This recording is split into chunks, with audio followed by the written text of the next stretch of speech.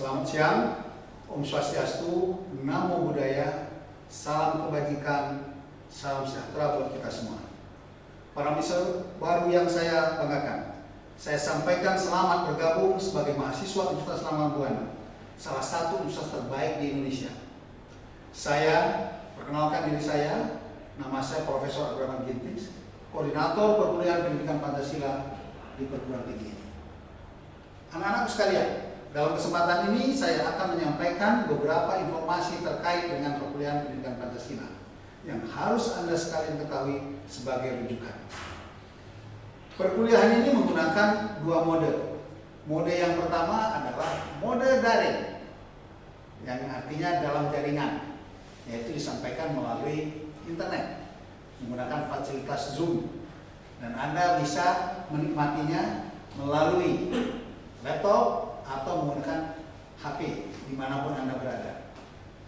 Mode yang kedua yaitu dengan menggunakan pendekatan atau teknik luring, luar jaringan, di mana kita bisa bertatap muka. Namun mode ini untuk sementara belum bisa kita laksanakan mengingat masih adanya terpaan COVID-19.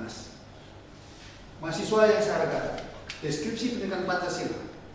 Mata kuliah pendidikan Pancasila merupakan wadah bagi mahasiswa, perguruan tinggi, semua jalur dan prodi untuk memfasilitasi terselenggaranya proses internalisasi nilai-nilai luhur Pancasila yang membentuk jati dirinya sebagai bangsa Indonesia.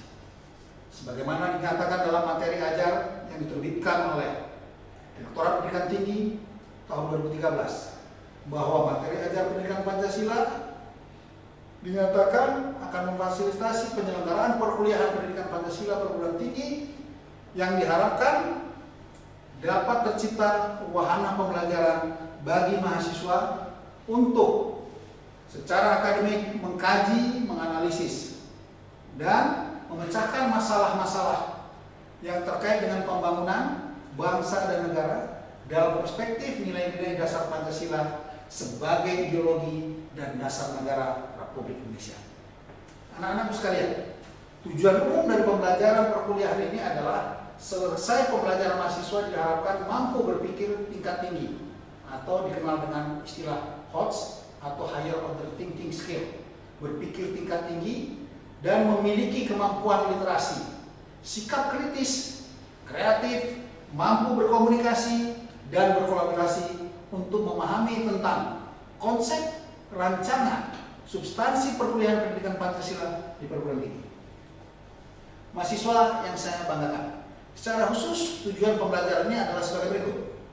Setelah membaca dan pelajari materi dan bahan ajar, mahasiswa mampu mendeskripsikan dan menganalisa konsep dan rancangan perkuliahan pendidikan Pancasila yang diselenggarakan di alma mater Anda tercinta, Universitas Langkawi Buana, dengan benar. Setelah diskusi dalam kelompoknya tentang Pancasila, mahasiswa mampu menganalisa keselarasan manfaat pendidikan Pancasila bagi mahasiswa dengan tuntutan kompetensi abad 21 sesuai bidang profesinya dengan benar. Artinya, dengan mempelajari Pancasila, Anda bisa menyelaraskan perilaku Anda dengan tantangan abad 21 yang akan saya jelaskan kemudian. Setelah berdiskusi dengan teman sekelompoknya, mahasiswa mampu mengajukan contoh perannya dalam mengatasi praktik korupsi di tempatnya bekerja kelak dengan menerapkan nilai-nilai Pancasila.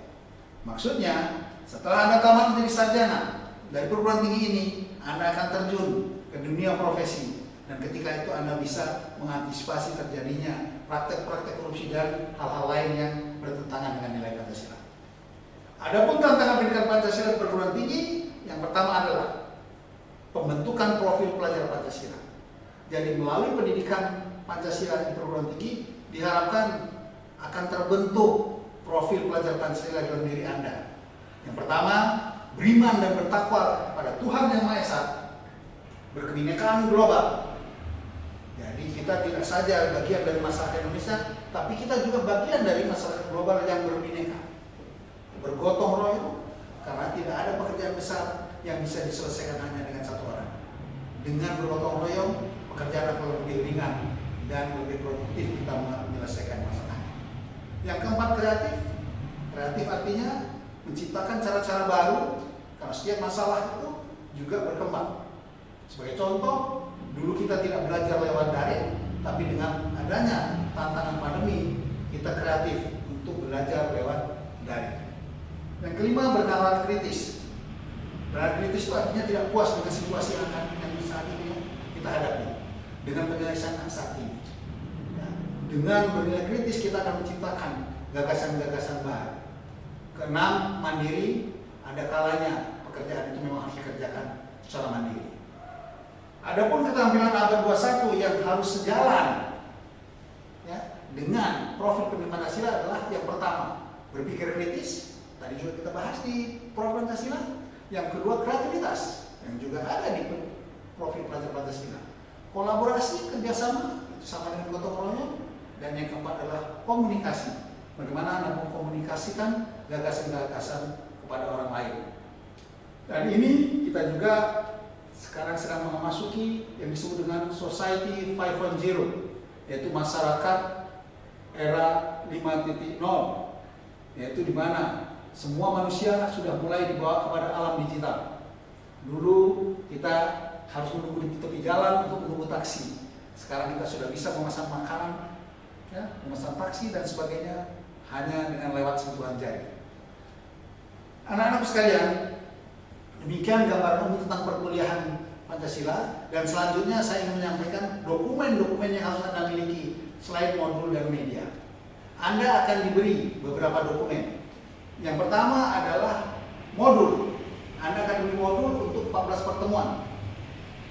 Anda bisa copy.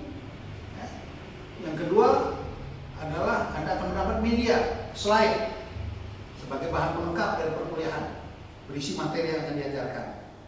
Ya. Yang ketiga adalah kontrak perkuliahan. Anda akan diberi kontrak perkuliahan, itu harus Anda isi. Kontrak perkuliahan ini berisi tentang hak dan kewajiban Anda.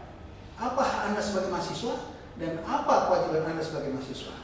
Dan itu harus Anda tanda tangani dan diserahkan kembali kepada kami melalui unit pelaksanaan teknis mata kuliah wajib umum. Yang kedua, Anda juga akan memperoleh rencana perkuliahan semester.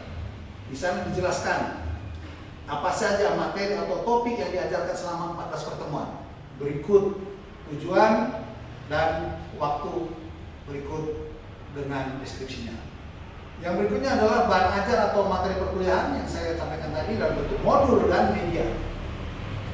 Yang keempat adalah rencana tugas mahasiswa. Apa tugas-tugas yang akan Anda laksanakan? Dijelaskan di sana.